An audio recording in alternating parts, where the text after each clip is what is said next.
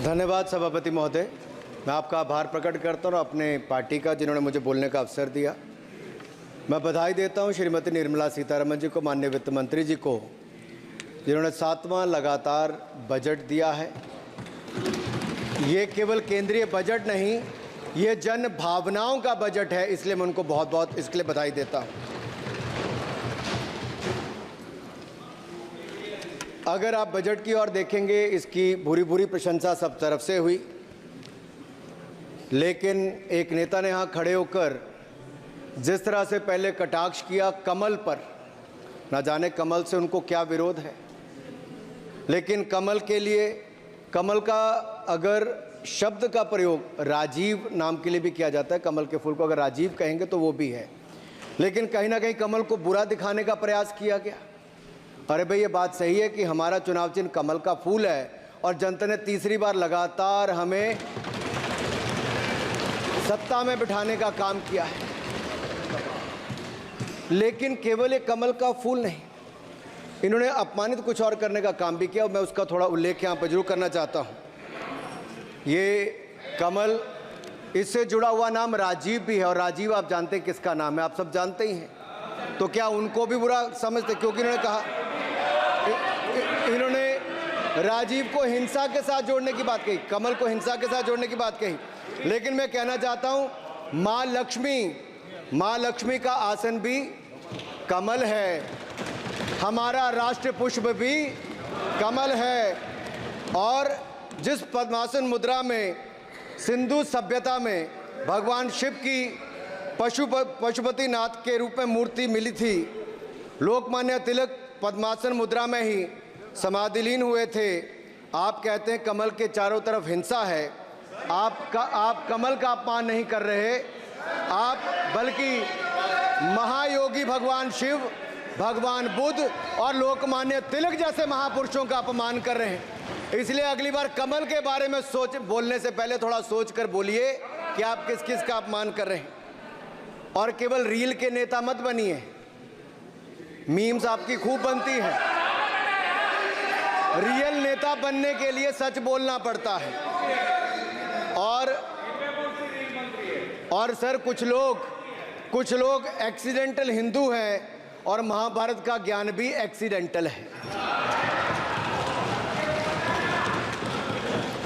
और उस नेता के अलावा और कौन नहीं जानता कि महाभारत में अभिमन्यु का वध 7 महारथियों ने मिलकर किया था। जयद्रथ, दुर्योधन, दुशासन, कर्ण, द्रोणाचार्य, कृपाचार्य और शकुनी। लेकिन राहुल जी ने कभी महाभारत, शायद, अब मुझे तो पता नहीं, पढ़ा भी नहीं, पर देखा भी नहीं होगा शायद सर, मुझे लगता है अंकल सैम ने लिख कर दिया होगा, अंकल सोरोस ने लिख के दिया होगा, कहीं से पर्ची बनकर आई होगी और कूल डूड बनने का प्रयास किया होगा।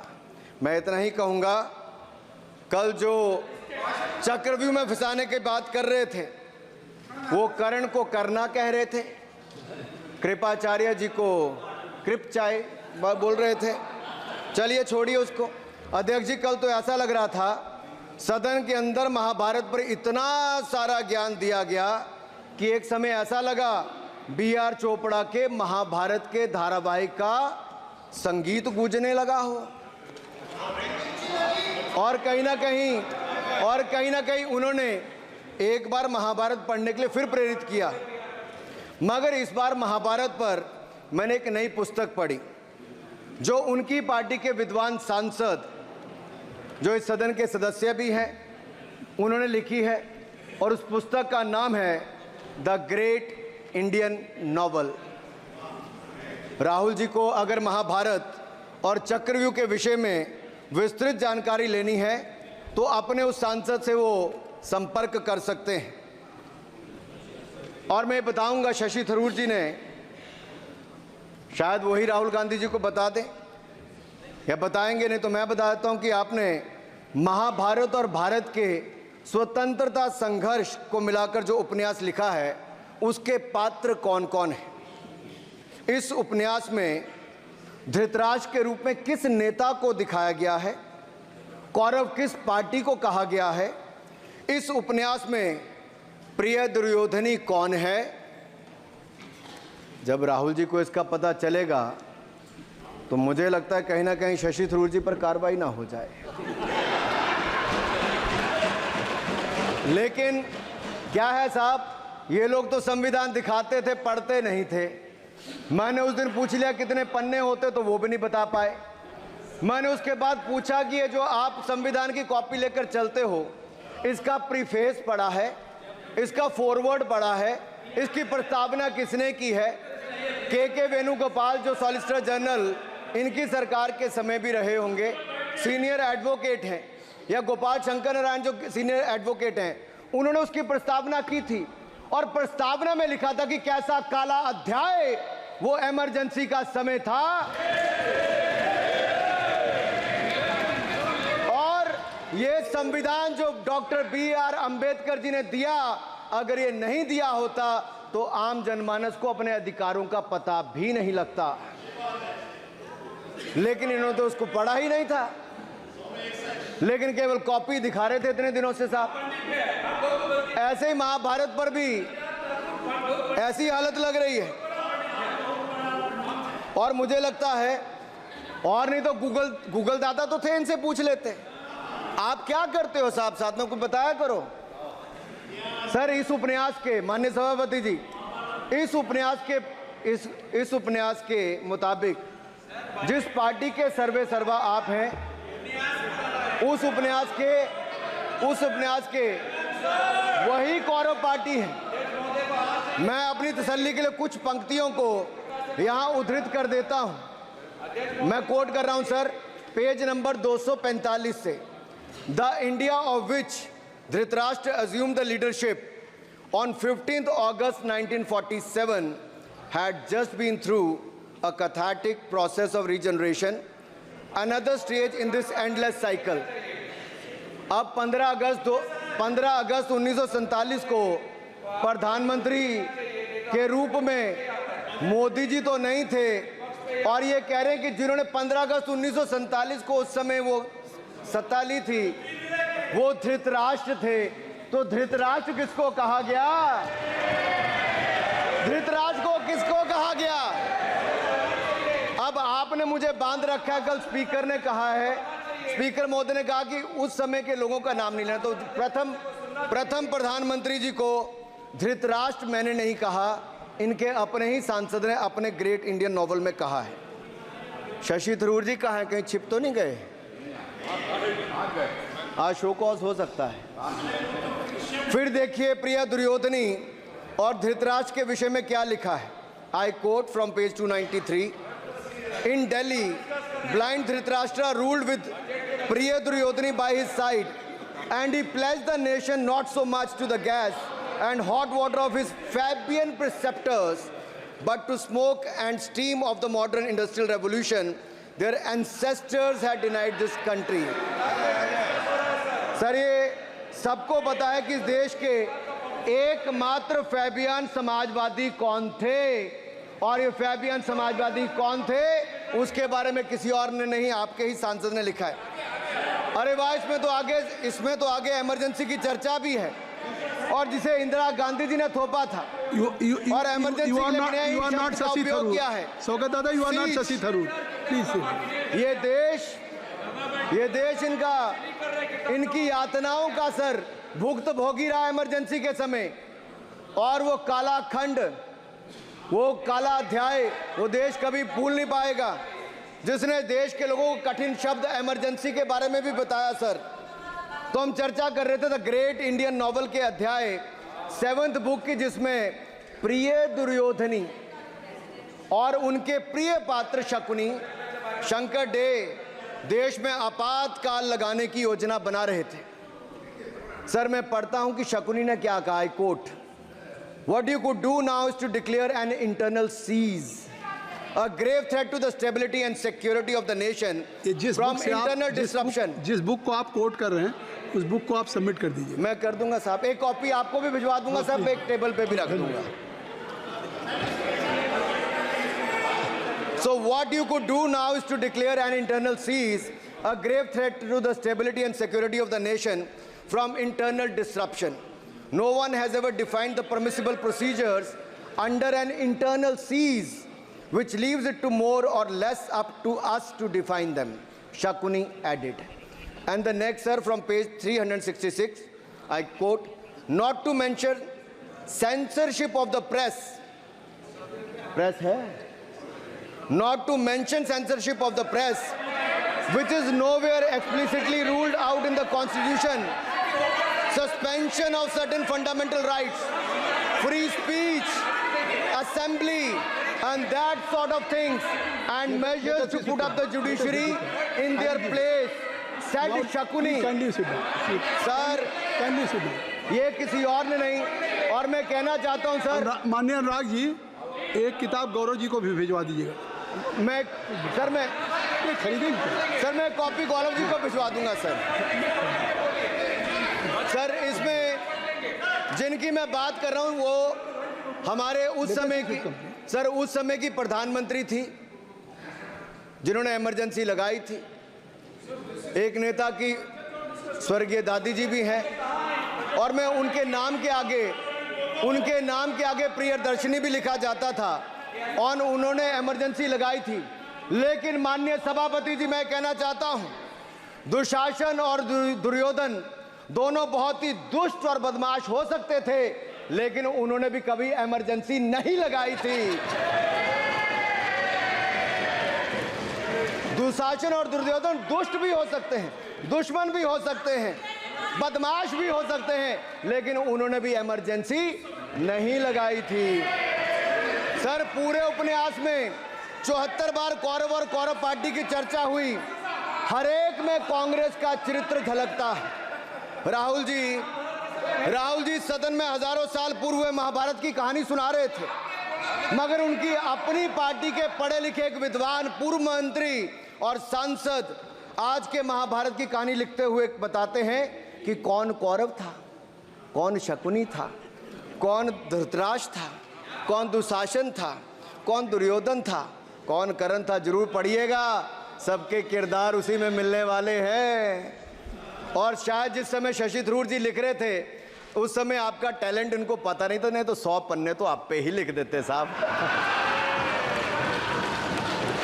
आप चाहते कार्रवाई हो जाए। माननीय सभापति जी,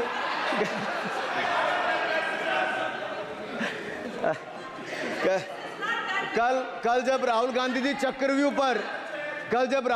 चक्रव्यूह पर बहुत ज्ञान दे रहे थे, तो पीछे दो लोग, कुमारी शैलजा जी और दीपेंद्र जी, बैठकर मुस्कुरा रहे थे।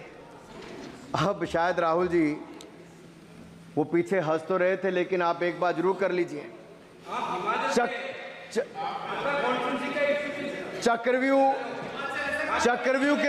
चक्रव्यूह के परिप्रेक्ष्य में इन दोनों से बेहतर कौन बता सकता है हरियाणा के चुनाव आने वाले हैं। जान लीजिए कि कौन शकुनी है और कौन अभिमन्यु है, नहीं तो बहुत देर हो जाएगी।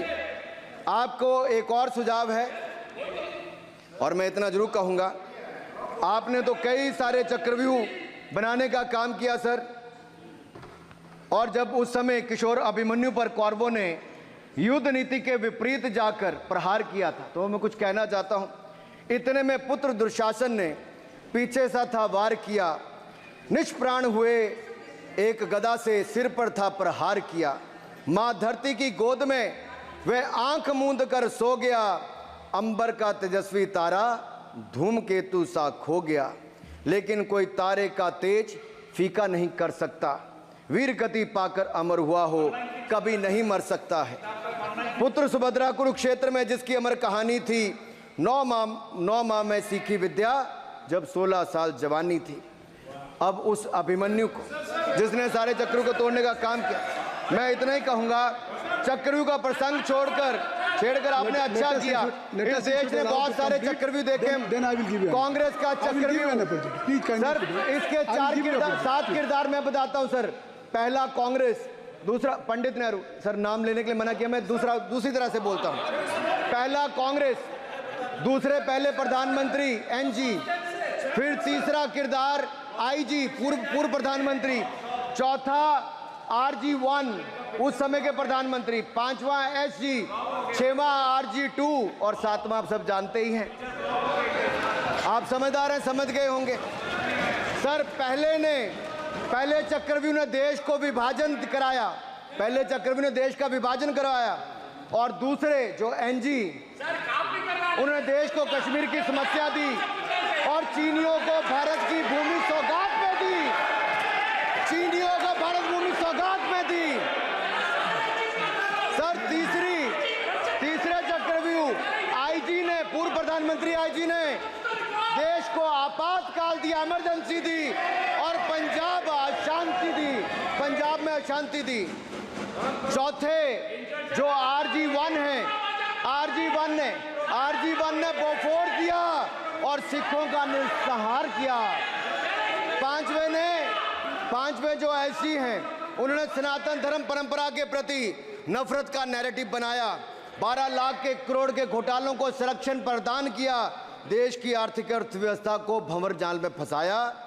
और छठे ठहरे आप, जिन्होंने पिछले 15 सालों में देश की राजनीति, संसदीय परंपरा और संस्कृति को इतना नुकसान पहुंचाया जितने कि ये बाकी 6 मिलकर चक्रव्यूह एक साथ मिलकर भी नहीं कर पाए।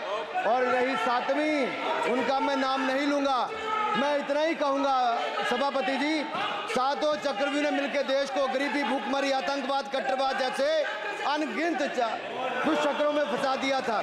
देश को हमने इन आपके दुष्चक्रों से बचाया है, आजाद कराया और माननीय प्रधानमंत्री मोदी जी के नेतृत्व में विकास रथ को आगे बढ़ाया। आज दुनिया में भारत को 5वीं बड़ी अर्थव्यवस्था बनाया। आप जिस अभिमन्यु को घेरने की कोशिश पिछले 22 सालों से कर रहे हैं, गुजरात से लेकर दिल्ली तक, आपके योद्धा और आपकी सरकारें निपट गई, लेकिन आप उनको घेर पाए क्योंकि वो जनता के दिलों में बसे हैं। आज यहाँ 293 अभिमन्यु बैठे हैं, भले ही आपके पास करण जैसे धुरंधर हो, शकुनी जैसे कुटिल रणनीतिकार हो, धर्म हमारे साथ है, धर्म हमारे साथ है। भले ही आपके पास नारायणी सेना हो, लेकिन स्वयं भगवान कृष्ण हमारे साथ है, स्वयं भगवान कृष्ण हमारे साथ है।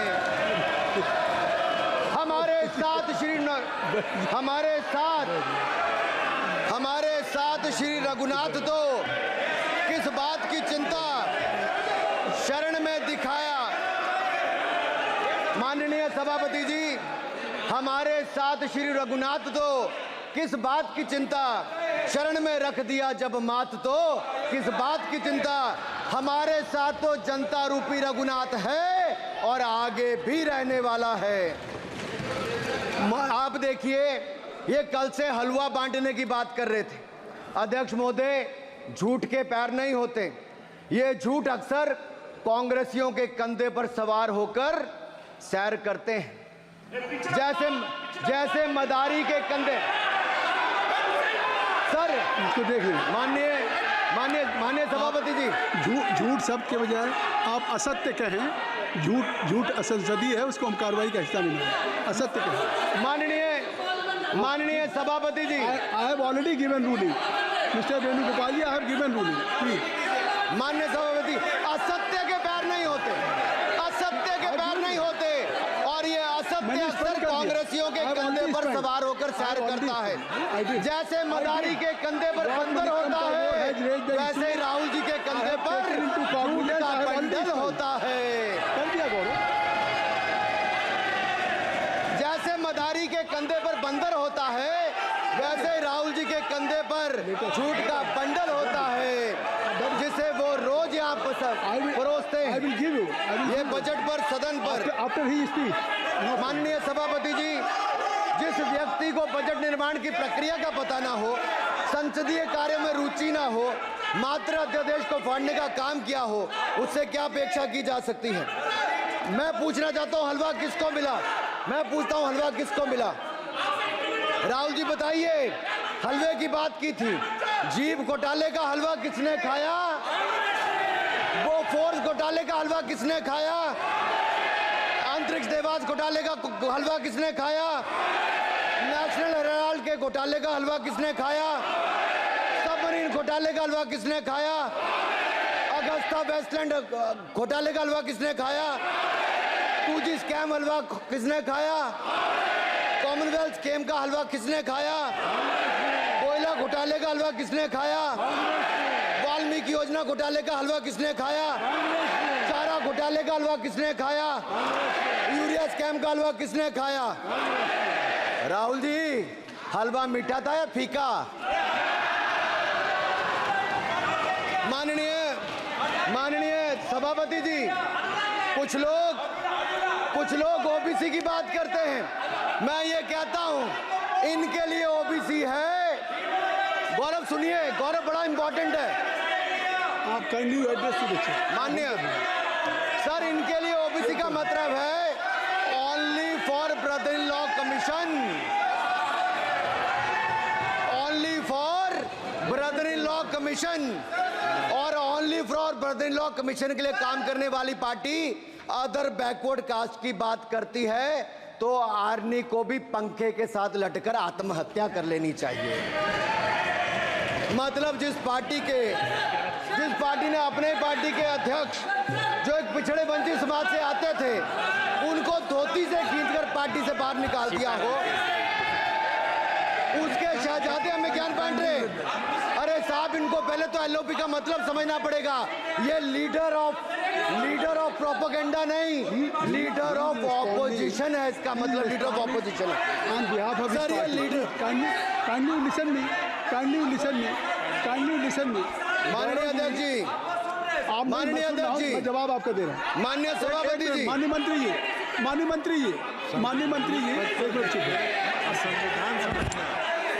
सुनिए, माननीय गौरव जी, आप या माननीय सदस्य जो कह रहे हैं, मैं समझता हूं कि माननीय राहुल जी एलओपी, उन्होंने भी बात कही सरकार पे या सरकार के मंत्रियों के लिए नाम लिया, तो उसका जवाब अगर वो दे रहे हैं, अनपार्लियामेंट्री वर्ड जो होगा उसको मैं स्पंज करता हूँ। मैं अनपार्लियामेंट्री मैं उन्होंने झूठ कहा था, मैंने उसको स्पंज कर दिया। झूठ कहा था उन्होंने, मैंने स्पंज कर दिया। अनुराग ठाकुर जी। सर, माननीय अध्यक्ष जी, माननीय सभापति जी, आप देखिए, मैं इतना ही कहना चाहता हूं कि अब झूठ परोसना बंद कर दें, क्योंकि एलओपी का मतलब लीडर ऑफ प्रोपेगेंडा नहीं, लीडर ऑफ ऑपोजिशन होता है। अब संधि है, ठीक है, असत्य है, निराधार। जी सर, जी, उसके ठीक है, निराधार है सर। ओबीसी की बात, जनगणना की बात बहुत की जाती है। माननीय सभापति जी, जिसकी जात का पता नहीं वो गणना की बात करता है।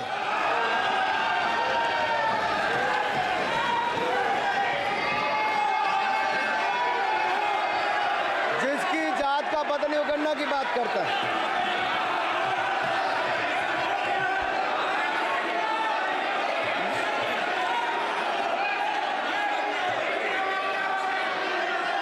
माननीय सभापति जी,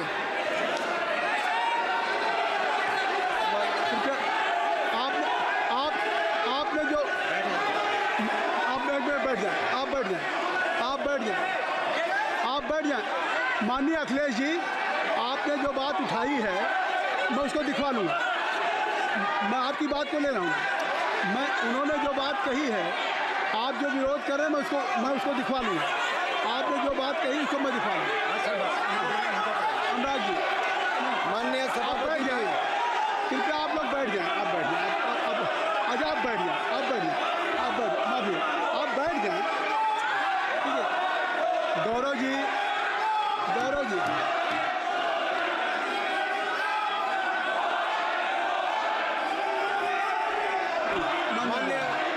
माननीय सभापति जी, मैं आपको याद कराना चाहता हूँ, इसी सदन में एक पूर्व प्रधानमंत्री जी ने RG1 ने ओबीसी को आरक्षण देने का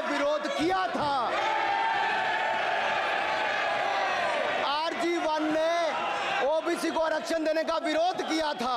एक मिनट माननीय मंत्री जी, एक मिनट। लीडर ऑफ अपोजिशन बोलना चाहते हैं, आप लोग बैठ जाएं। माननीय मंत्री जी की स्पीच, माननीय अनुराग जी की स्पीच खत्म हो जाए। बैठे बैठे आप लोग बैठ जाएं।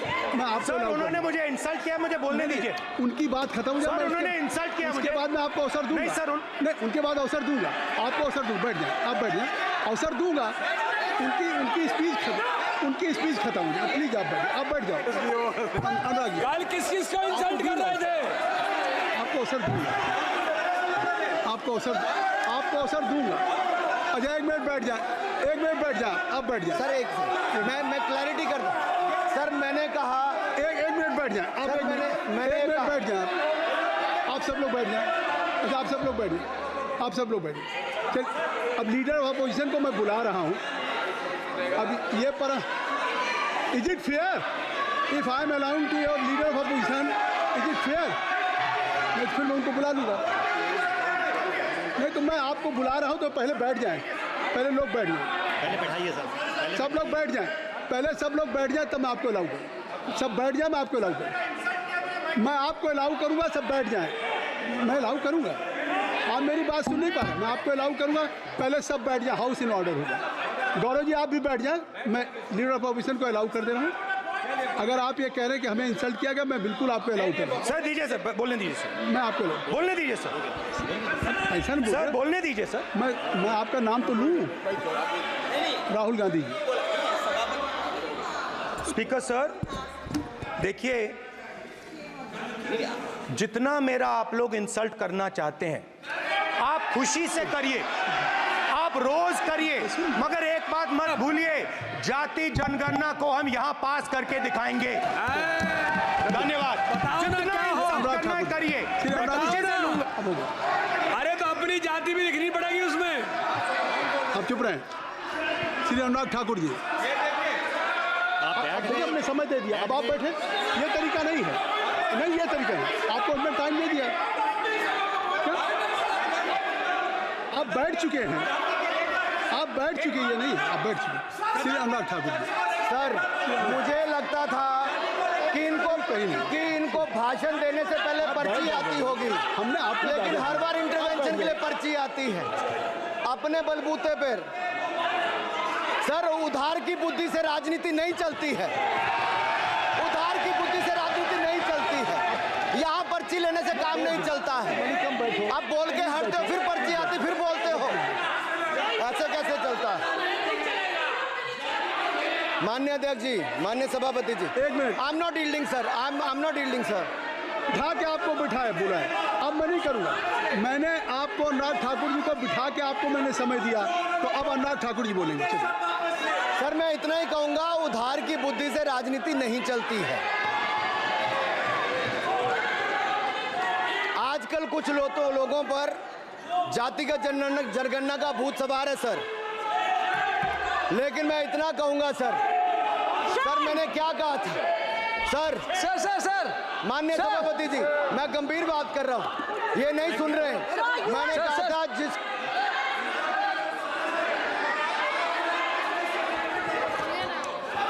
ठाकुर टैगोर प्लीज। माननीय सभापति जी, I have already given an माननीय सभापति अपॉर्चुनिटी जी। टू राहुल गांधी जी। राहुल गांधी जी अपनी उन्होंने he has express his feeling जो उनको था। नहीं आप बेल से बाहर आ जाए, कृपया आप बेल से आ जाएं। फिर मैं उनको फिर समय दे दूंगा। जी सर मैंने कहा था कि जिसको जात का पता नहीं वो गणना की बात करता है। मैंने नाम किसी का नहीं लिया था सर, नाम तो किसी का नहीं लिया था, नाम किसी का नहीं लिया था, लेकिन जवाब देने कौन खड़े हो गए? सर मैं कहना चाहता हूं माननीय सभापति जी, अगर आप देखेंगे